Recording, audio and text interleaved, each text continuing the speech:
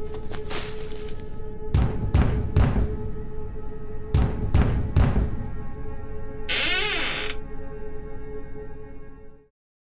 শ্রোতা বন্ধুরা, গল্পের ইউনিভার্স চ্যানেলে আপনাদের সকলকে স্বাগত।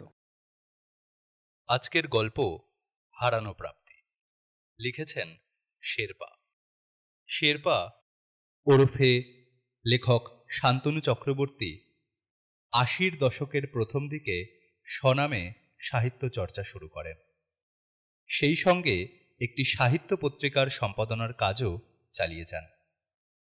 পরবর্তীতে বাংলা বিভিন্ন পত্রপত্রিকায় লেখকের কবিতা ও গল্প প্রকাশিত হতে থাকে। ৯-এর দশকে লেখকের সাহিত্য চর্চার ক্ষেত্রে কিছুটা ভাটার টান পরিলক্ষিত হয়। পরবর্তীতে লেখক শেরপা ছদ্মনামে গল্প ও কবিতা লেখা শুরু করেন। হারানো প্রাপ্তি গল্পটি লেখকের প্রেম অপ্রেমের গল্প গ্রন্থে প্রকাশিত হয় দিগন্ত পাবলিকেশন থেকে ২০২৩ সালে কলকাতা আন্তর্জাতিক বইমেলায়। শুরু হচ্ছে গল্প হারানো প্রাপ্তি।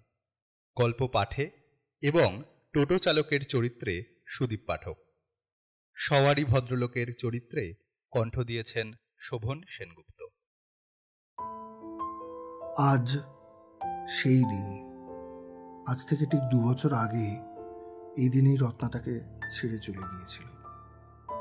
না, অকাল মৃত্যু নয়, গৃহত্যাগ। তার ঠিক ৬ মাস আগে তার কারখানার কাজটাও চলে যায়। ঠিকের শ্রমিকের কাজ ব্যবসায় মন্দা দেখা দেওয়ায় ঠিকের শ্রমিকদের বসিয়ে দেওয়া হয়। তার ছোট্ট সংসার, সে, তার মা আর স্ত্রী রত্না। অভাবী সংসারে যেটুকু সঞ্চয় ছিল তা দিয়ে কোনো মতে মাস ২ চলল। তারপর শুরু হলো ধার করা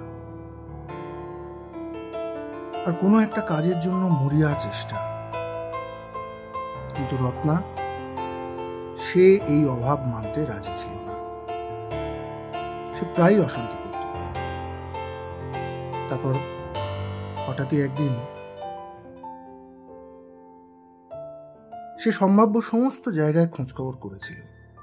রত্নার বাপের বাড়ির লোকও রত্নার খোঁজ দিতে পারেনি অথবা দেয়নি।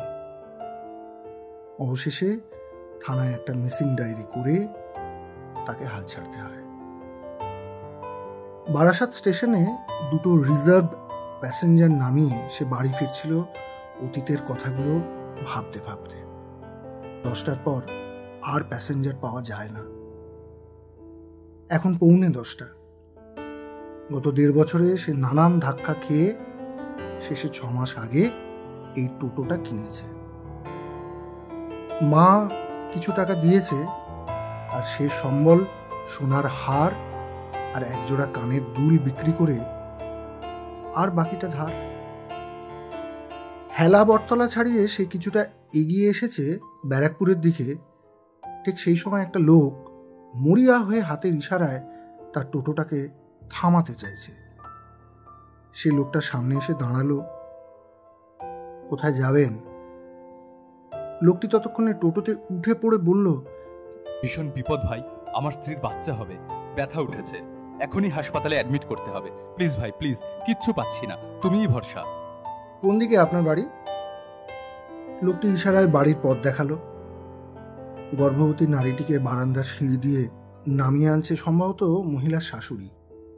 লোকটি গিয়ে তার স্ত্রীকে টোটোতে উঠতে সাহায্য করলো। ৩ জনেই টোটোতে উঠলে সে স্টার্ট দিল। সে খুব সাবধানে চালাতে লাগলো। সওয়ারি লোকটি কিছুটা বিরক্ত হয়ে বলল, ভাই একটু তাড়াতাড়ি চালাও, দেখছো তো পেশেন্ট যন্ত্রণায় ছটফট করছে, প্লিজ ভাই প্লিজ। সে কোনো কথা না বলে একইভাবে মন্থর গতিতে চালাতে লাগলো। অবশেষে নার্সিংহোমের দোরগোড়ায় এসে টোটো থামল। যাত্রীরা নামলে সে লোকটিকে বলল, শুনুন, ডাক্তারবাবুকে বলবেন ডেলিভারিটা যেন খুব সাবধানে করে।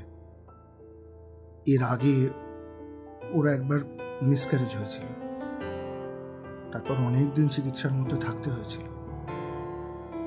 গর্ভবতী নারীটি এক মুহূর্ত তার দিকে তাকিয়ে চোখ নামিয়ে নিল।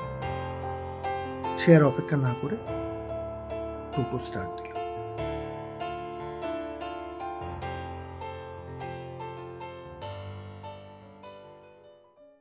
আশা করি গল্পটি আপনাদের সকলের ভালো লাগলো।